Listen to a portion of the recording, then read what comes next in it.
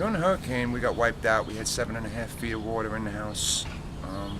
Basically, everything was destroyed. We had to gut the entire house. The house came off the foundation in certain areas. So it was basically, it was worse than starting new.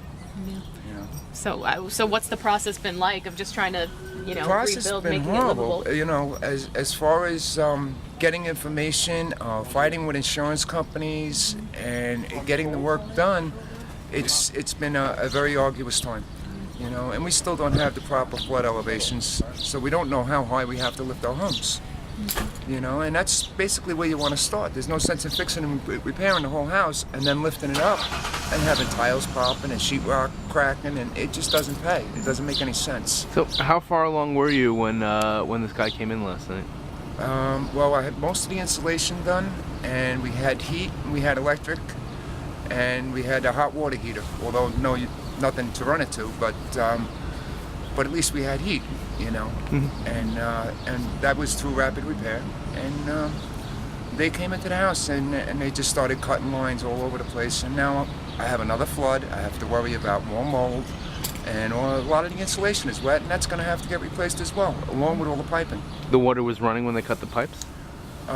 Believe it or not, they shut the water off, but the water that was in the line is still under pressure, so that went everywhere and soaked a lot of things. So what did they take? They took the copper, and they took a few tools. They took a crowbar, which I imagine to use on their next job.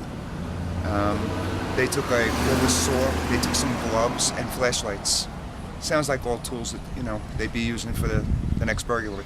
Now, I understand police caught one of them on their way out? Yes. Yes, they apprehended one of them, and I still don't know whether there was 2 or 3. Based on everybody I spoke to, there was 2 of them. How does this make you feel? I mean, it's upsetting. It's upsetting. We're down far enough.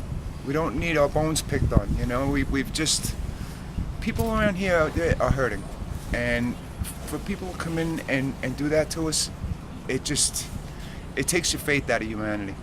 It really does. You see, but we've gotten both sides of that. We've seen the best in people and the worst in people. Unfortunately, last night we seen the worst.